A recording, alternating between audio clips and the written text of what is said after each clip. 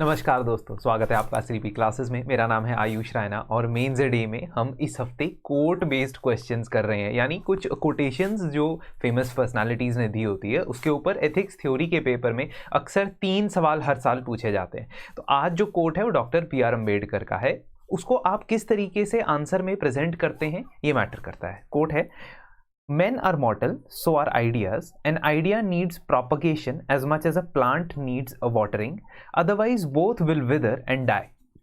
इस कोटेशन को अगर आपने 150 वर्ड्स में समराइज करना है और एथिक्स के पॉइंट ऑफ व्यू से भी, एथिकल पॉइंट ऑफ व्यू से भी इसमें कुछ बातें लिखनी है, तो बहुत बेहद इंपॉर्टेंट हो जाता है कि आप आइडियाज़ की कम से कम 4 से 5 आइडियाज़ की लिस्ट इसके अंदर प्रोवाइड करें।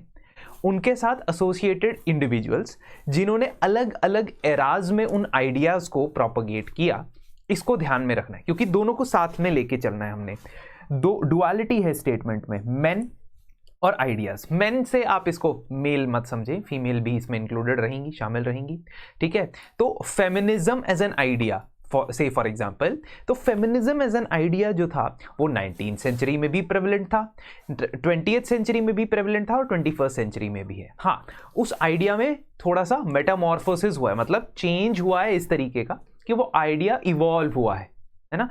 इसीलिए आप इसके अंदर ये बताओगे कि आइडियाज की प्रोपगेशन जैसे सीड की प्रोपगेशन होती है ना, या जैसे सेल्स की प्रोपगेशन होती है, उसी प्रकार से आइडिया की प्रोपगेशन से वो आइडिया और एडवांस होता जाता है। ठीक है, idea of anything that you think of and associated individuals is the key to this answer. तो इसमें स्टार्ट आप करोगे कि डॉक्टर अंबेडकर की स्टेटमेंट दोनों इंडिविजुअल्स और आइडियाज की ट्रांजिएंट नेचर की बात करते हैं। ठीक है, आइडियाज भी पेरिश हो सकते हैं, मैन तो चलो मॉर्टल है ही, लेकिन आइडियाज भी पेरिश हो सकते हैं अगर उनको बार बार नर्चर नहीं किया जाता है, प्रोपगेट नहीं किया जाता है, इंस्टीट्यूशनलाइज नहीं किया जाता है। This is what we mean by this statement. Now we will give examples from this statement. First idea that I will give you is constitutionalism and social justice. सामाजिक न्याय और संविधानवाद की अगर बात की जाए तो पुराने समय से ही कॉन्स्टिट्यूशनलिज्म की बात होती आई रही।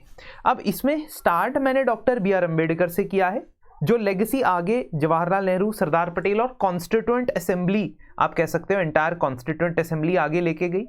और सोशल जस्टिस का जो प्रावधान है या सोशल जस्टिस का जो प्रिंसिपल है वो आगे के बहुत सारे लीडर्स ने, जैसे भारत रत्न विनर कर्पूरी ठाकुर या एम.एस. स्वामीनाथन, जो कि लीडरशिप ही नहीं बल्कि विजन भी दिखाई उन्होंने फार्मर्स के लिए, है ना। तो कर्पूरी ठाकुर जी ने सोशल जस्टिस के आइडियल को प्रमोट किया, भारत रत्न विनर हैं ये।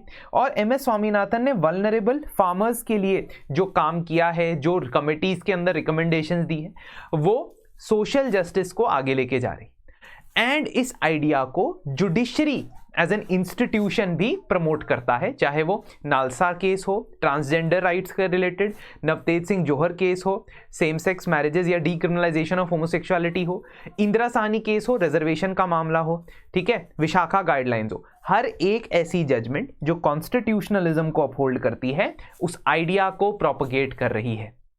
दूसरा आपका आइडिया होता है नॉन वायलेंस या अहिंसा का। अब non violence as an idea has been an ancient idea. आप जैनिज्म या जैन एथिक्स से इसको इवॉल्व होता हुआ देख सकते हो, लिख भी सकते हो। You can give example that this idea was very much a central part of both Jainism and Buddhism which were ancient heterodox sect.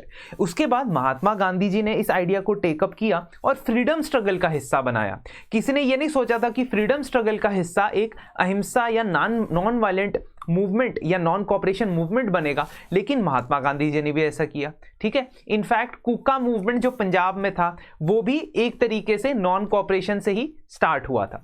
Same way Martin Luther king junior का आप एग्जांपल दे सकते हो, नेल्सन मंडेला का आप example दे सकते हो, जो modern times में गांधी इन ideas of non violence and civil disobedience के ऊपर कायम रहे।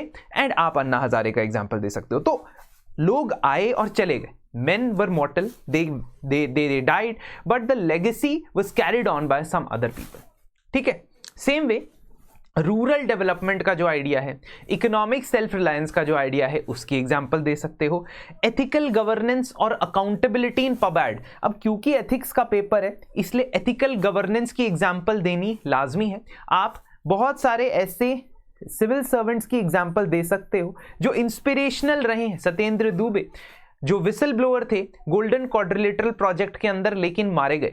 ई श्रीधरन जिन्होंने लीडरशिप क्वालिटी दिखाई, इफिशिएंसी और इंटीग्रिटी का एक संगम करवाया और इसकी वजह से वो मेट्रो प्रोजेक्ट्स के अंदर बहुत ज़्यादा प्रोमिनेंट नाम जाने जाते हैं। साउथ वेस्टर्न रेलवे में भी उनका बहुत नाम है। टीएन शेषन जो इलेक्शन कमिश्नर थे और उन्होंने बहुत इंटेग्रिटी और नॉन पार्टिजनशिप से इलेक्शन कमीशन को रन किया था। These all are examples of an idea that is being taken forward. The idea is ethical governance. Same way reconciliation and inclusive leadership, ये आइडियाज को नेल्सन मंडेला ने, doctor APJ Abdul Kalam ने और recently supreme court judgement ने भी promulgate किया जब उन्होंने जम्मू एंड कश्मीर के कंटेक्स्ट में बताया that there should be a truth and reconciliation commission created. अब इसके अलावा और भी बहुत सारे आइडियाज हो सकते हैं जिनको पुराने समय में और आज के समय में प्रोपगेट किया जाता है, चाहे वो नेशनलिज्म हो, ठीक है, चाहे वो कमिटमेंट टू पब्लिक सर्विस हो। आपको बस आइडियाज और लोगों का कॉम्बिनेशन बना के इसमें आंसर बनाना है। फाइनली आप ये वे फॉरवर्ड या फॉरवर्ड लुकिंग कंक्लूजन में बताओगे कि फ्यूचर लीडर्स को ये सीखना चाहिए पास्ट से कि अच्छे आइडियाज को किस प्रकार से प्रोपगेट करना चाहिए, ठीक है। ऑल्सो अगर आप इसमें काउंटर एग्जाम्पल देना चाहते हो या कॉन्ट्रेरियन एग्जाम्पल देना चाहते हो, कई बार कॉन्ट्रेरियन एग्जाम्पल देने से फायदा हो जाता है, वो है अगर आप किसी बैड आइडिया का एग्जाम्पल दो, किसी बुरे आइडिया का एग्जाम्पल दो। से फॉर एग्जाम्पल आप एक ऐसे एलिमेंट की बात कर सकते हो जो या तो कम्युनलिज्म है या फंडामेंटलिज्म है, ये भी आइडियाज हैं और ये आइडियाज भी बहुत बार कुछ ग्रुप ऑफ इंडिविजुअल्स फॉरवर्ड लेके जाते। मैंने नेगेटिव एग्जांपल इसमें इसलिए नहीं दिया है, मतलब मेरे particular version of the answer में, क्योंकि मैं नहीं चाहता कि मैं ऐसे इंडिविजुअल्स का नाम लूं जो क्या कहते हैं डिवाइडिंग फिगर्स हैं। अब मैं एडोल्फ हिटलर बोलूंगा, है ना, या माओ जेडुंग बोलूंगा तो वो डिफरेंट टाइप की आइडियोलॉजीज को प्रमोट करते हैं।